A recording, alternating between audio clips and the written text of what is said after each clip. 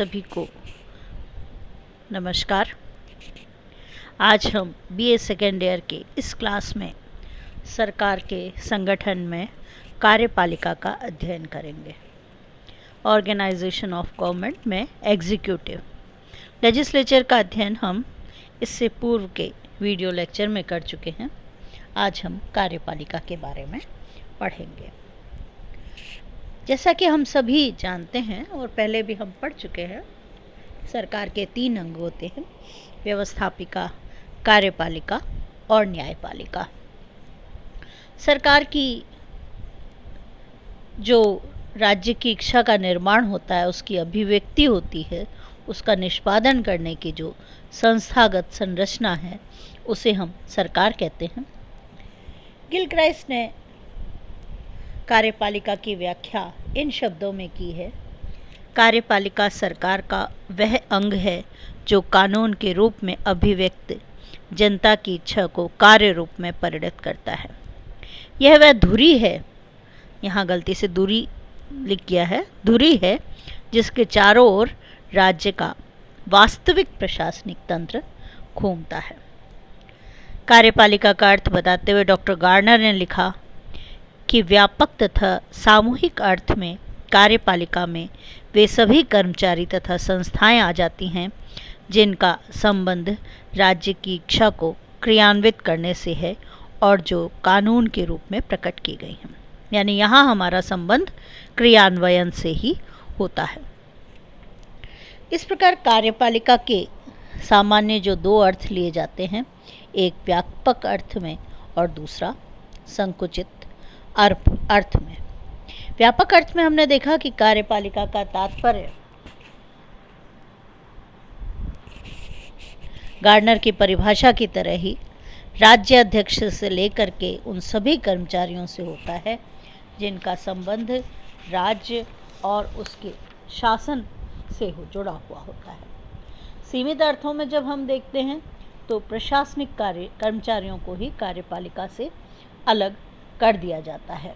इस सीमित अर्थ में कार्यपालिका में केवल संस्थागत संरचनाओं को ही सम्मिलित किया जाता है जिनका संबंध नीति निर्माण व उनके क्रियान्वयन से होते हैं।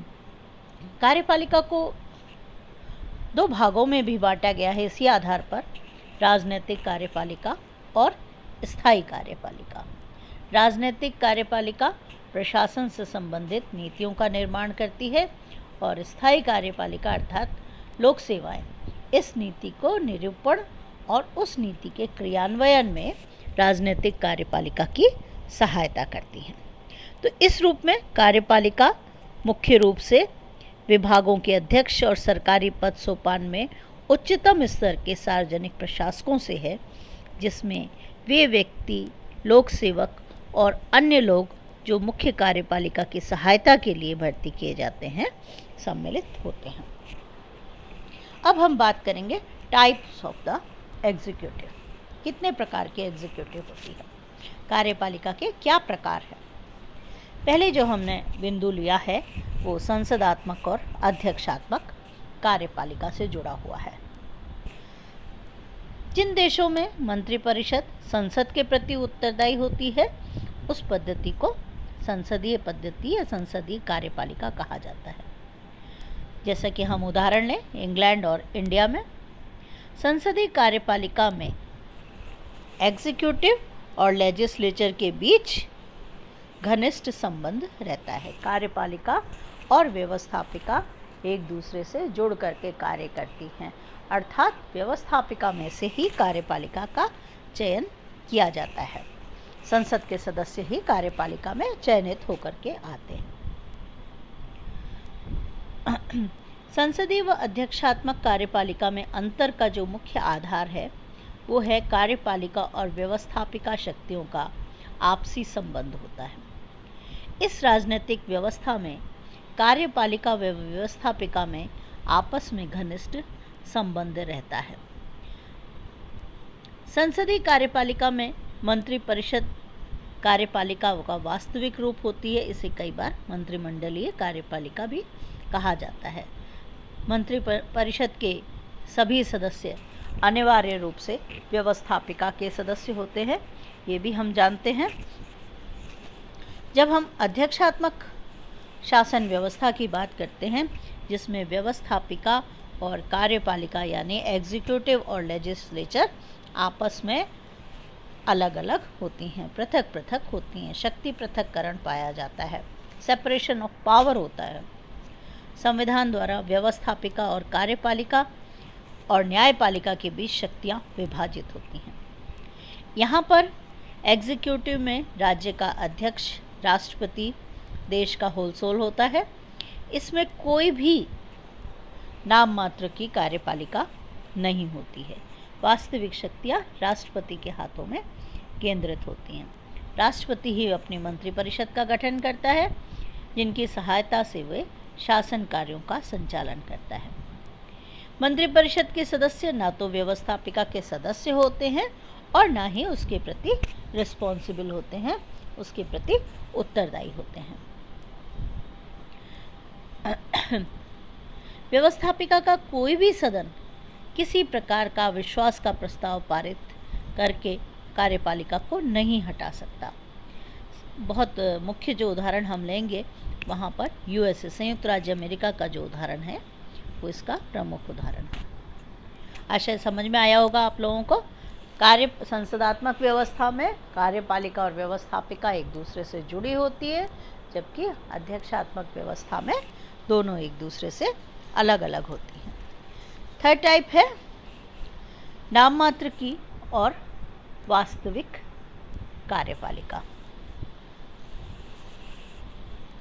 नॉमिनल और रियल एग्जीक्यूटिव। ये जो व्यवस्था है वो कहाँ पाई जाती है? संसदीय कार्यपालिका में। संसदीय प्रणाली वाले देशों में संवैधानिक अध्यक्ष को नाम मात्र की कार्यपालिका कहा जाता है, जिसे संवैधानिक दृष्टि से देश की समस्त शक्तियां प्राप्त होती हैं, किंतु व्यवहार में उनका प्रयोग वह स्वयं नहीं करता बल्कि मंत्रिमंडल करता है।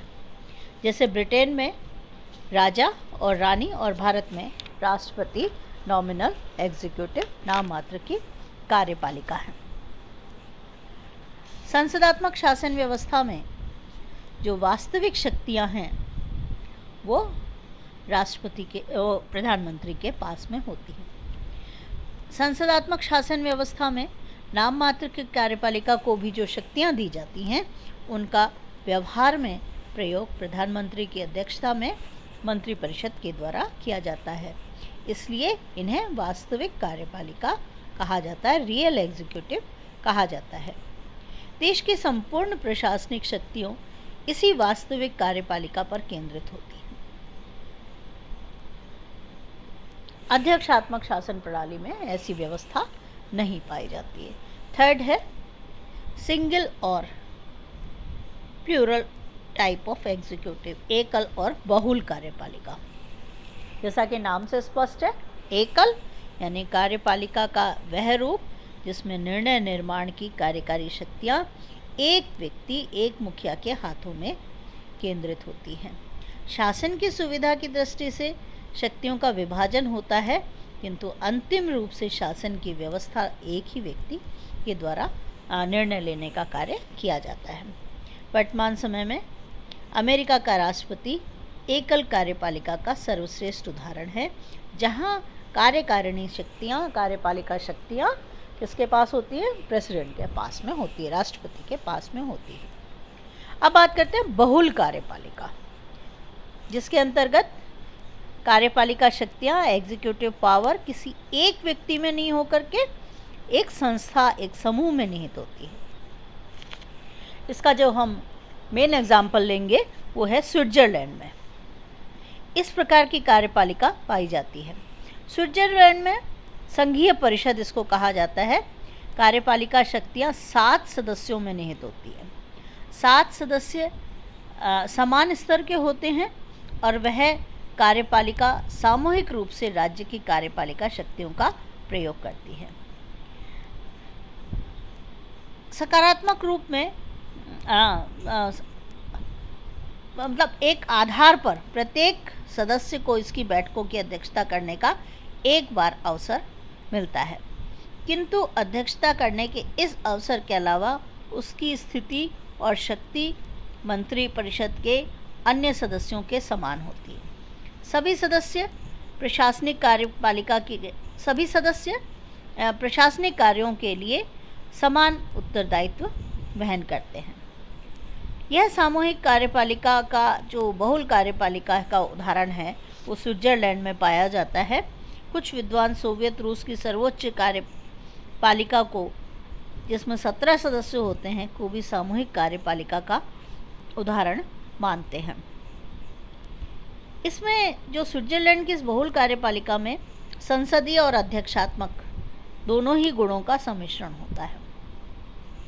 जहां एक और संसदीय प्रणाली के इस उत्तरदायित्व के गुण को ग्रहण किया जाता है, वहीं दूसरी ओर अध्यक्षात्मक व्यवस्था के स्थायित्व के गुण को भी इसमें देखा जाता है। पैतृक और निर्वाचित, हेरिडेटरी एंड इलेक्टेड एग्जीक्यूटिव। जिन देशों में राजा राज्य का मुखिया होता है और उसकी मृत्यु के बाद उसका पुत्र तथा उसका उत्तराधिकारी शासन का अध्यक्ष हो जाता है, वह पद्धति को पैतृक कार्यकारिणी की पद्धति कहा जाता है। इंग्लैंड, जापान, नेपाल, स्वीडन आदि में इस तरह की पैतृक कार्यकारिणी देखने को मिलती है।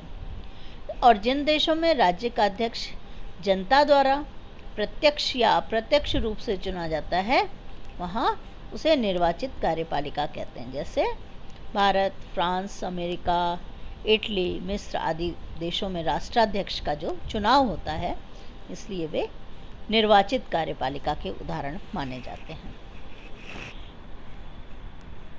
एक और बिंदु है तानाशाही, डिक्टेटरशिप।